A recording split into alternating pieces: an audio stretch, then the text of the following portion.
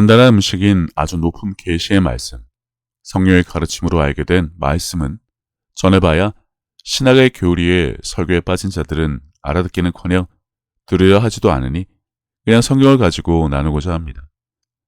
베드로가 오늘 좋은 교훈을 줍니다. 베드로가 이르되 은과 금은 내게 없거니와 내게 있는 이것을 내게 주노니 나사렛 예수 그리스도의 이름으로 일어나 걸으라 하고, 신약에서 알아야 할 모든 것이 들어있습니다. 좀 쪼개서 볼까요? 베드로는 말을 했습니다.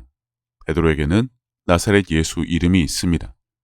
베드로는 그 이름이 자신에게 있는 것을 알고 있습니다. 베드로는 이것을 다른 사람에게 줄 수 있습니다.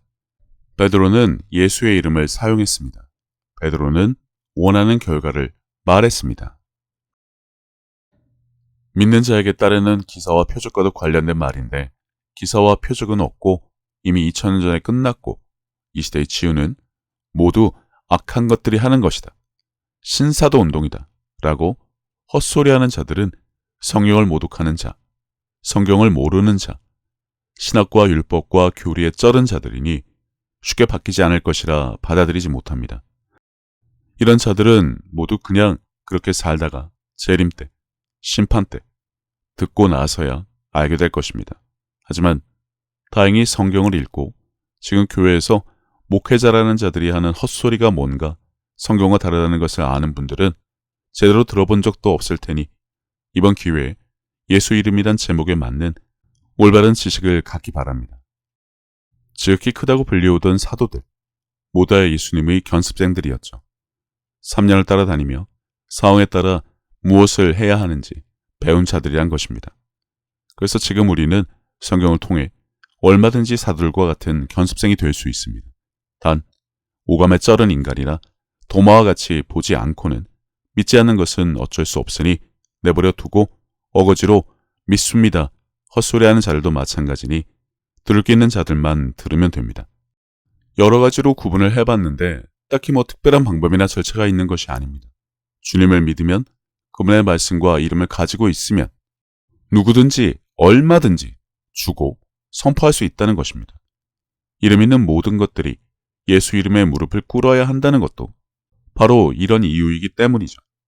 그리고 이 권세는 믿는 자에게 주어진 것이지 어떤 자격이나 노력, 행위로 받는 것은 절대 아닙니다. 성령의 내주로 주님을 사랑해서 믿고 말씀을 따라 행하는 자라면 누구나 가능하다는 것입니다.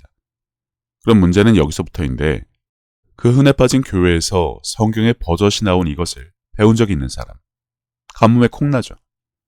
목회자부터 예수님의 제자, 스데반처럼 은혜와 권능이 충만하고 큰 기사와 표적을 민간에 행하며 지혜와 성령으로 말함을 사람들이 능히 당하지 못하는 자를 흉내조차 못 내는 자들에게 배웠으니 어쩔 수 없습니다. 교회 신자들마다 입에 발린 소리, 우리 교회 목사님과 말씀이 참 좋다는 말이 무슨 뜻인가요? 설교를 잘해요? 언변이 좋던가요? 성품이 좋고 착하고 부드럽게 말하고 성경에 대한 이해가 높습니까?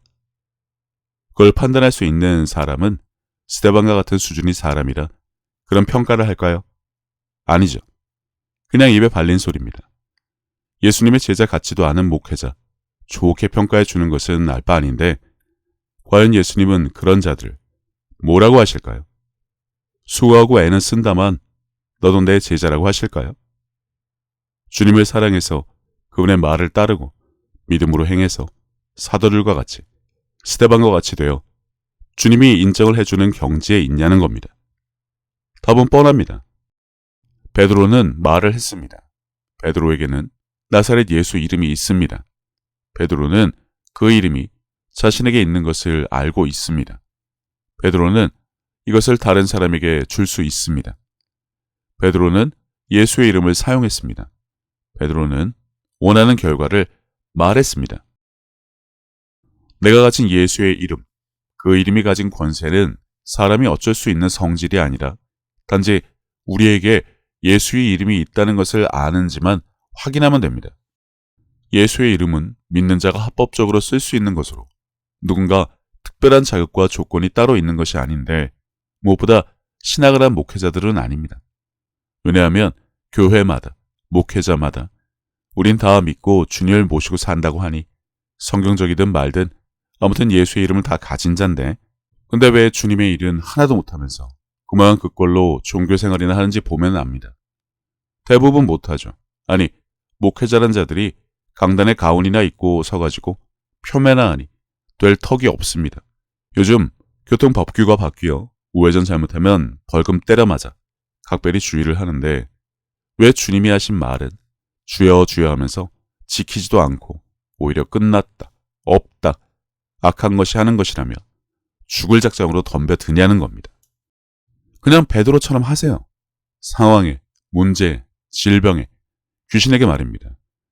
그런 그 모든 것들은 이름이 있으니 듣고 따릅니다. 베드로니까 가능했다?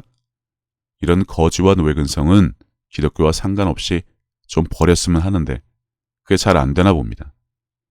터진 입으로는 십자가에 감사하고 은혜에, 보혈에 떠들어대는데 주님의 말씀대로 살 생각은 애시당초 없으에 나 하나 편하자고 교회에서 배운 그대로 아직도 난 죄인이야, 구원도 받지 못하고 천국에 갈 자신도 없다는 정신 나간 소리나 하면 안 된다는 겁니다.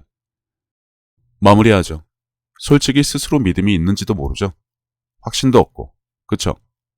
일정 분량의 믿음을 주셨고 겨자씨 만한 믿음은 산도 옮기는 이유가 바로 예수 이름 때문이란 것만 아시기 바랍니다. 그리고 믿음을 스스로 지켜내는 것이지 믿음을 주세요, 믿음이 흔들리지 않게 도와주세요라는 기도만 하고 냉큼 낮아빠지는 일은 꼴사나오니 그만들 했으면 합니다. 젖이나 먹을지 단단한 음식은 먹을지 스스로 결단하면 된다는 말입니다. 그리고 가진 것을 사용하세요. 앞에서 나누는 것만 알면 입으로 명하고 결과를 가질 수 있습니다. 또 박혁이니 신사도니 표적 신앙이니 헛소리 그만하고 성경을 보고 생각들을 하세요. 영원토록 동일하신 하나님이라고 입은 털면서 왜 이런 것은 2000년 전에 끝났다고 할까요? 성경에 글이 나와 있지도 않은데 말이죠. 미친 목회자들이 발에 차이니 여태 그가 운영하는 교회 댕기며 똥 밟았어도 이제라도 주의하면 됩니다. 주의하면 귀 있는 자들만 알아듣습니다.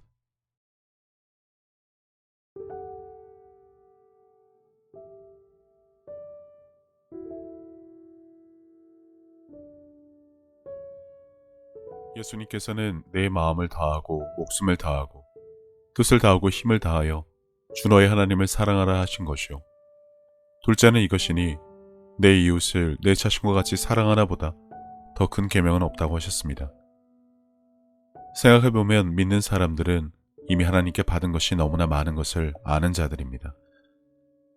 예수님을 통해 죄사함과 구원을 받은 것부터 시작해서 살아 숨을 쉴 수 있는 공기와 바람, 맑고 푸른 하늘과 마실 물, 그리고 땅과 그 위와 아래의 많은 것들, 이미 오래전부터 내 주변에 있어 왔으니 당연한 것으로 여기며 우리는 여전히 값없이 공짜로 받아 그것들이 감사함을 잊고 살기는 했지만 그런 것 말고도 하나님으로부터 받은 사랑과 평안에 대해 생각하자면 끝이 없습니다. 하지만 사람은 하나님으로부터 받은 그 많은 은혜를 갚을 방법이 없습니다.